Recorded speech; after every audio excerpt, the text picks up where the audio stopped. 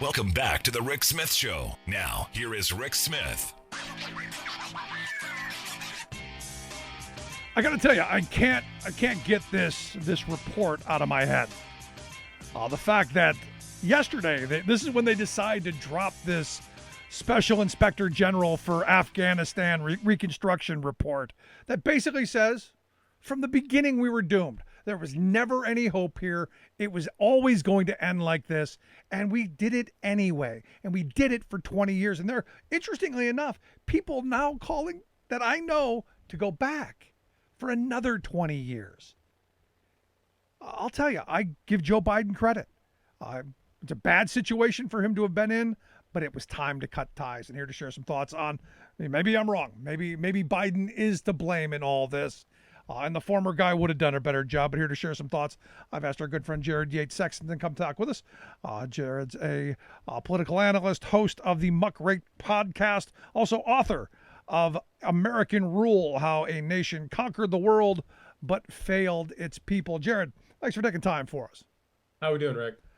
I'm as good as I can be in this moment. The reality is I'm looking at these horrible pictures from Afghanistan. I'm looking from these desperate people who we know are going to be slaughtered at some point in the future, and go, there was just no way to avoid this. Yeah, first and foremost, just to get it on the record, it's an absolutely awful situation. But this is what happens when you have an awful situation that has gone on and on and on, that never should have happened in the first place, that has been built up on lies, inhuman cruelty, exploitation. I'm with you, man. I feel like Joe Biden showed some political courage by pulling out of Afghanistan, understanding that he was going to take a loss here, that he was going to be seen as the president who pulled us out of there after one president after another wanted to do it, but was afraid of the optics or how people were going to respond to it. Donald Trump painted him into a corner to try and get reelected president, and he went ahead and he stuck with his guns. He said, we're leaving. And what did we learn? 20 years of wasted resources, lives, treasure, influence, political capital, and trust, and all for a group of people who had no interest in what we were trying to sell them. It was time to leave, and it was time to leave for a long time. But here's the thing. Here's where my mind goes, and this is a lot of things that I look at. I think it worked exactly as it was meant to work. I think what happened in Afghanistan was exactly what was supposed to happen. This is what corporate America wanted. In fact, they want another 20 years, another 40 years. They want us there forever so they can continue to keep their snout as deep in the trough as they can possibly get, to fleece us for as much as they possibly can get. Yeah, let's be very clear about that. The Bush administration and all of the neoconservatives and all these Straussian people, all they care about is having a story. The war on terror, right? Trying to make America, quote unquote, safe, which they couldn't do in the first place. And all that ever did was hid the fact that they were pushing for more resources, more materials, another stronghold in the Middle East, or two strongholds. You might as well go ahead and get two birds with one stone, right? And who got rich off of this and who benefited from this?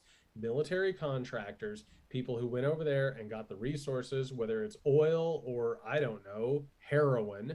And there was a ton of shady dealings that happened in this entire situation. And who suffered because of it? The same people who always suffer, the poor people who have to go over and fight these people's wars. Yeah, and you're exactly right. This happened the way it was supposed to happen, and it carried out the way it was supposed to. And you wonder why we have an opioid addiction crisis here, because we were buying all the poppy and all the crops from the Afghanis because we were going to give them industry. We were going to whip a little industry on them, and we were going to help them become like us, which was never, let me repeat, never going to happen. No, it was never going to happen. And on top of that, it is the height of hubris, is what it is. What we're dealing with right now is the collapse of a multi-generational lie of American exceptionalism. The idea that if we go over and we wave the flag in front of the right people and we tell them about blue jeans and rock and roll or whatever nonsense these people are talking about, that somehow or another they're just going to change and want to be like us. That's narcissistic and it's delusional. And by the way, like this entire thing where it collapsed so quickly is because we were delusional about what we had done in the first place.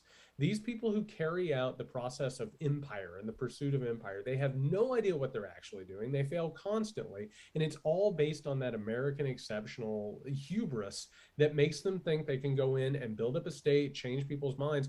We were there for 2 decades, and everybody over there was just waiting on us to go so they could get out from underneath our No, thumbs. and the weird thing is, I saw this number that said, 25% of the people who are alive today in this country were born during this era.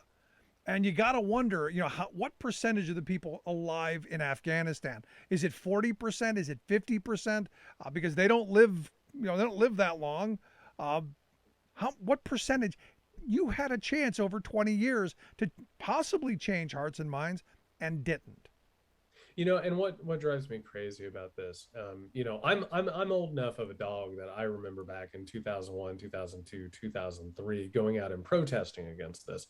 Anybody who went into this with an open mind and understood what was happening knew that the war on terror was a fraud, and it was a crime against humanity. And in this case, we told everybody, you cannot bomb people into trusting you. You cannot kill families and groups of people and expect them to suddenly want what you're selling.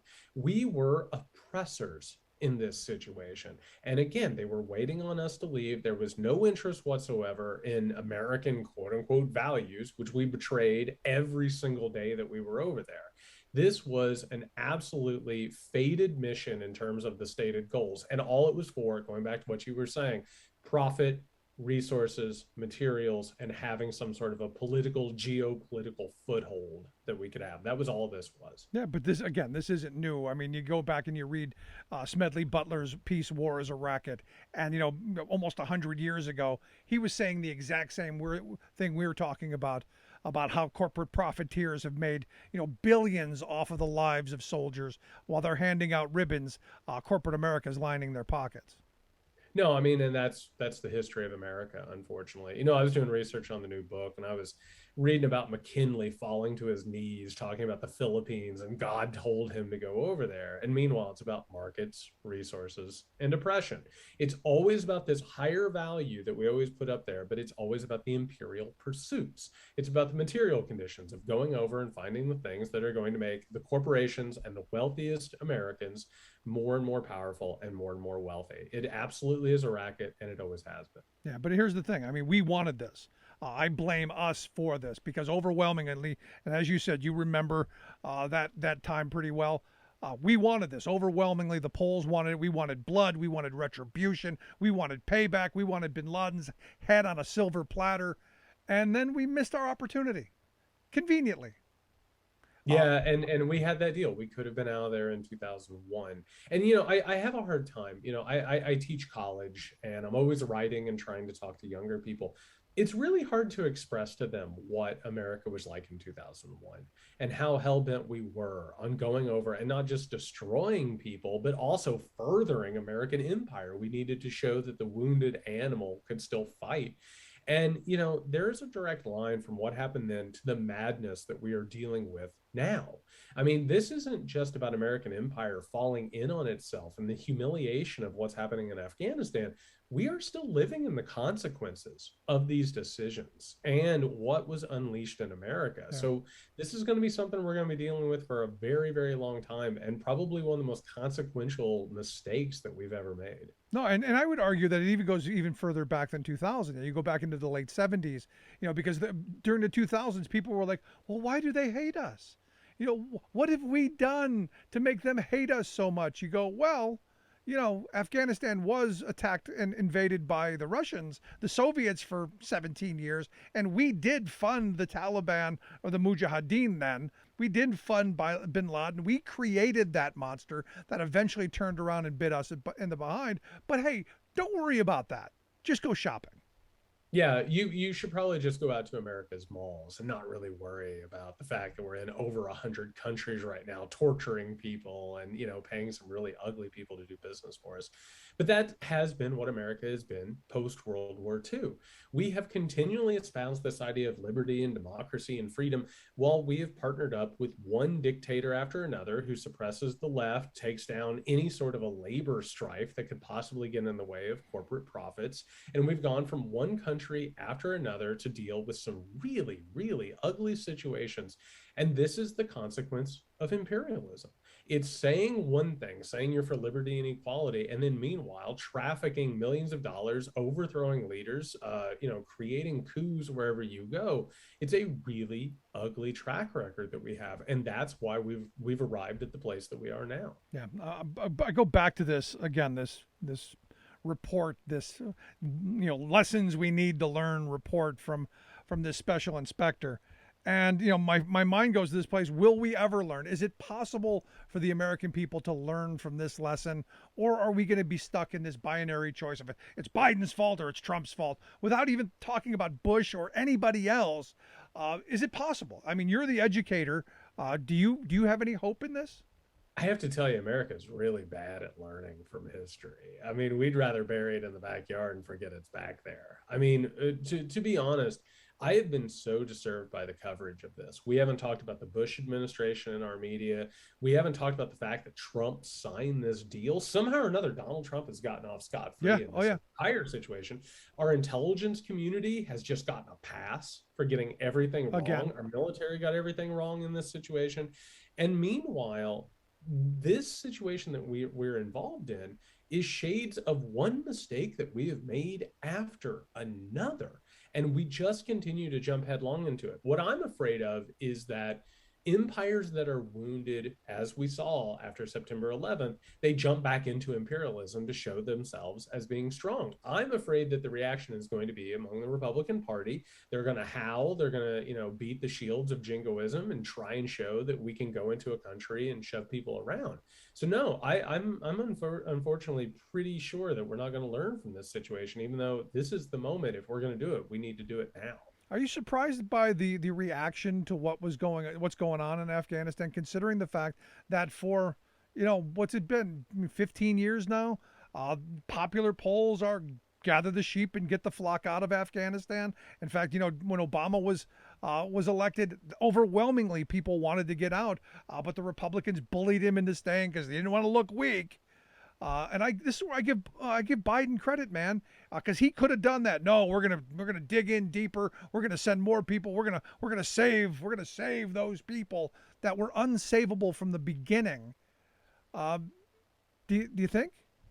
Well, I think right now the moment that we're in is the initial shock of it and the grotesqueness of what we're seeing, like these images and videos. But I also think it's a side effect of the fact that our media is unbelievably cozy with the military. We have one anchor after another who's embedded with the military for years, and they just bring on generals and these flacks to come on and say whatever they want. I actually think what we're going to see in the long run is that people are going to support this. People wanted to get out of there. And Absolutely. in fact, Americans kind of tuned out of Afghanistan and they were told to. That was by design. This empire building is supposed to happen in the background and you're never supposed to think about it. And I would say to the working class people of America, do you want to send your kids over there for Afghanistan when they don't want you there and they don't want to fight this war? Like, why are we continuing that churning for people who don't want what's being foisted upon them? So I really think in the long run, the Republican Party is going to react to this and the media will get tired of it. They'll move on to whatever happens next week. And I think the American people are probably right in Joe Biden's corner on this. I think in the long run, this is going to be beneficial for him. Yeah, I think he made the right choice. Yeah. And again, I come back to this report that said this was doomed from the start. And I'd said years ago, this is going to be the natural outcome. We're going to be running out of there like we saw. I mean, it's sad. It's disgraceful. It's you know, I want nobody ever in that kind of a situation, but it was predictable. Yeah, and like let's be really honest and bold about this. Nothing that happens from empire is pretty. It's inhuman. It's cruel. And it doesn't matter if you're going in, you're in the middle of it, or you're coming out. It's always unpleasant and cruel. What we're watching right now was inevitable from the moment that we went in there and tried to tell people what they should do.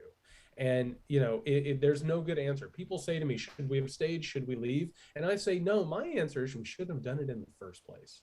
That's the correct answer, is we should have avoided it like so many of us told them that they should have in the first place.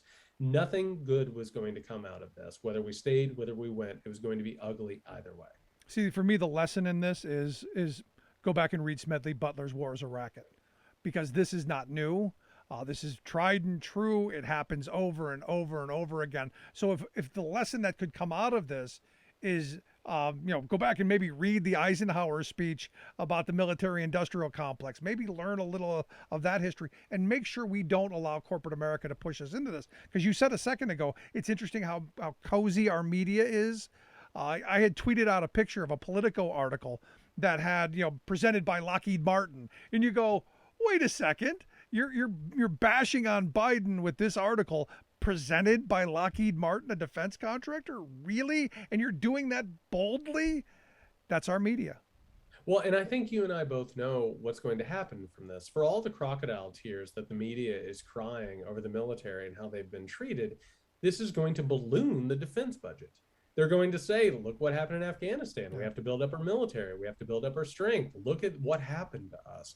We have to throw more money after it, which is what they have always done. They cannot lose for winning, and they cannot win for losing.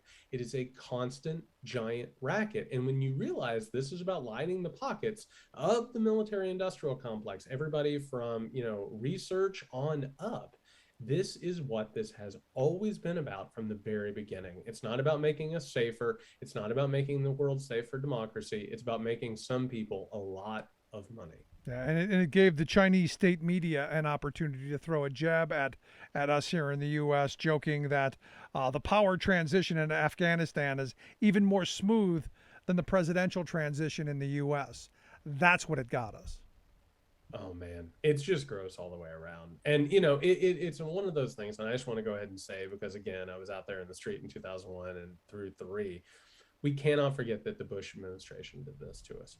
They put us in this position to be laughing stocks. They put us in the position to hurt people. They put us in a position where we went years with trillions of dollars that we could have used to make Americans' lives better. And we could have gone after climate change. We could have completely revamped our infrastructure. We could have had universal health care. And what did they do? They spent all of that money, all of that time, all of that goodwill. And here we are, weakened and vulnerable. And we have militarism and authoritarianism around every single corner. And they did this to us, and that's the result. And we can thank Bush, we can thank Cheney, Wolfowitz, Rumsfeld, all down the line. All of them are responsible for this. Jared, I appreciate the time. It's always great having you on. Always great having your insight. Thanks so much. Thanks, buddy. Jared Yates Sexton. Make sure you check out his podcast, the Muck Rake Podcast. Also pick up the book. I highly suggest grabbing the book that will get links out. American Rule, How a Nation Conquered the World but Failed Its People. And I would argue this is a perfect example of that. Quick break. Right back. Stick around. You're listening to The Rick Smith Show. Remembering that united we bargain, divided we beg. Rick Smith.